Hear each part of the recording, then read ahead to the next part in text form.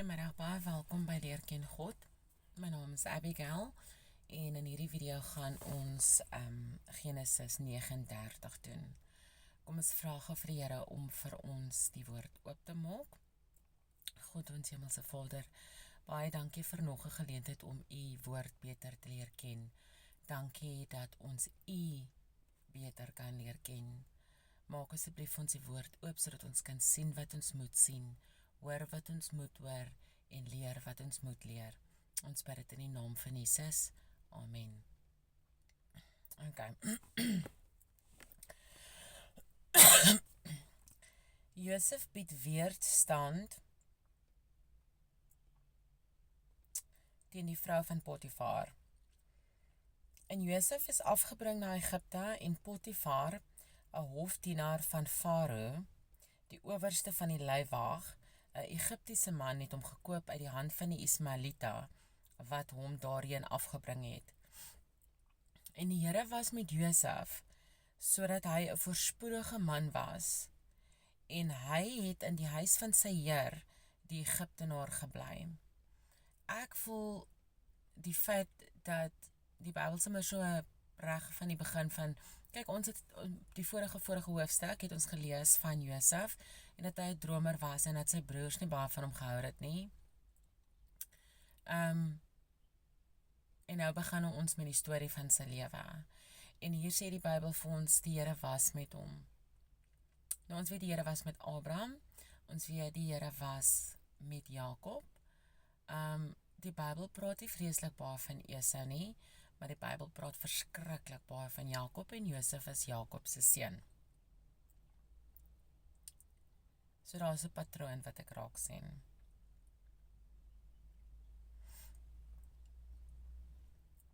Vers 3. En toe sy heer sien dat die Here met hom was, en dat die Here alles wat hy doen, in sy hand voorspoedig maak, het Josef guns in sy oë gevind, en hom gedien, en hy het hom aangestel oor sy huis, en alles wat in sy besit was, aan hom oorgegee.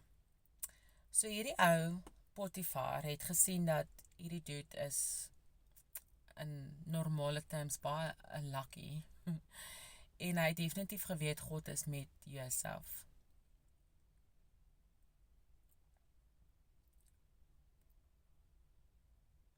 Daar is in die lewe definitief mense wat 'n mens kan sien, die Here mee is. En ek het nou al baie video's gesien, waar hulle sê, 'n mens moet oppas, wat jy aan ander mense doen, veral as dit God se kinders is. Veral as God met hulle is, nê.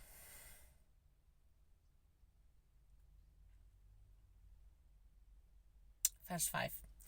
En vandat hy hom aangestel het oor sy huis, en oor alles wat in sy besit was, het die Here die huis van die Egiptenaar geseën, terwille van Josef. Wow. Ja, die seën van die Here was by alles wat syne was, in die huis en op die veld. En hy het alles wat syne was aan Josef oorgelaat, sodat hy met sy hulp van niks kennis geneem het nie, as net van die brood wat hy geëet het. En Josef was skoon van gestalte en mooi van aansien.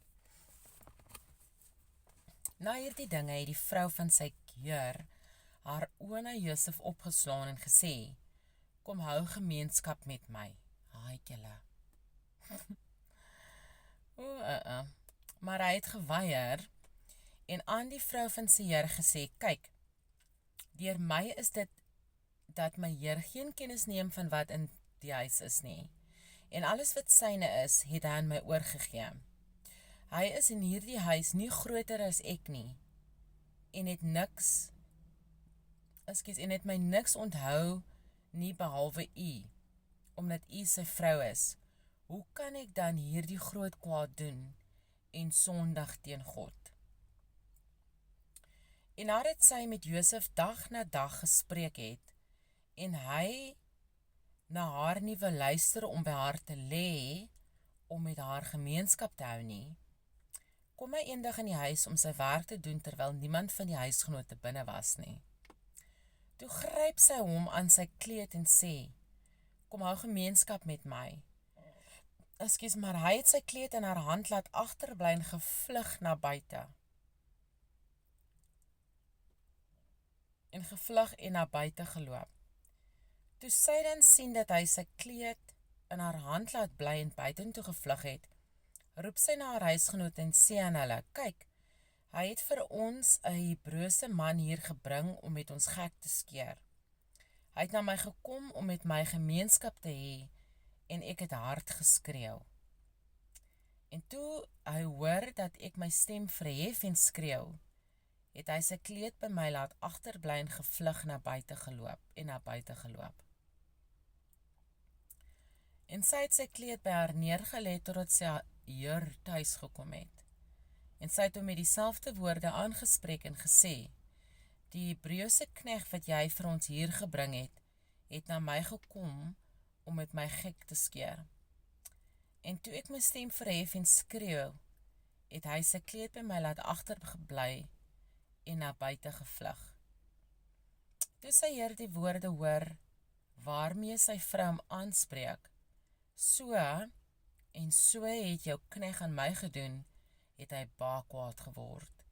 En die heer van Josef het hom laat vang en hom in die gevangenis gesit, op die plek waar die gevangenis van die koning opgesluit was.